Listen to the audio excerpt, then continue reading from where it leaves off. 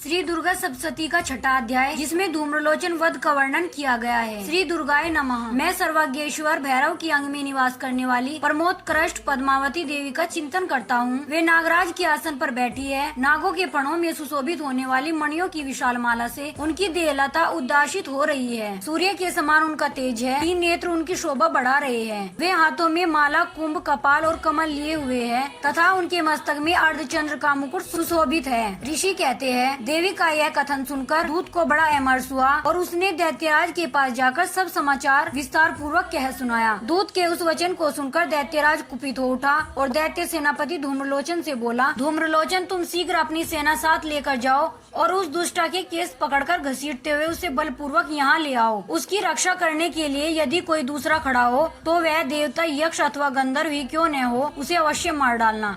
ऋषि कहते हैं, शुंभ के इस प्रकार आज्ञा देने पर वह धूम्रलोचन दैत्य 60,000 असुरों की सेना को साथ लेकर वहाँ से तुरंत चल दिया।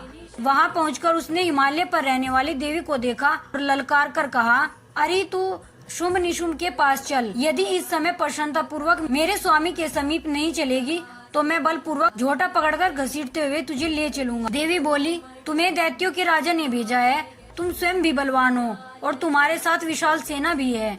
ऐसी दशा में यदि मुझे बलपूर्वक ले चलोगे तो मैं तुम्हारा क्या कर सकती हूँ। ऋषि कहते हैं, देवी के यो कहने पर असुर धूम्रलोचन उनकी ओर दौड़ा। तब अंबिका ने हूँ शब्द के उच्चारण से उसे भस्म कर दिया। फिर तो क्रोध में भरी हुई दैत्यों की विशाल सेना और अंबिका ने एक दूसरे पर तीखे सहायकों, शक्तियों तथा परसों की वर्षा आरंभ की। इतने में ही देवी का वाहन सिंह क्रोध में भरकर भयंकर गर्जना करके गर्दन के बालों को हिलाता हुआ असुरों की सेना में कूद पड़ा। उसने कुछ दैत्यों को पंजों की मार से, कितनों को अपने जबड़ों से और कितने ही महादैत्यों को पटककर होठ की दाढ़ों से घायल करके मार डाला।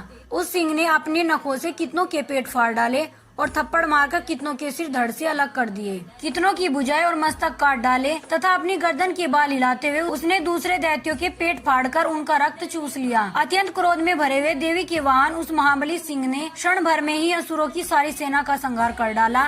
शुंभ ने जब सुना कि देवी ने धूम्रलोचन असुरों को मार डाला तथा उसके सिंह ने सारी सेना का सफाया कर डाला, तब उस दैत्यराज को बड़ा क्रोध हुआ। उसका होठ कांपने लगा।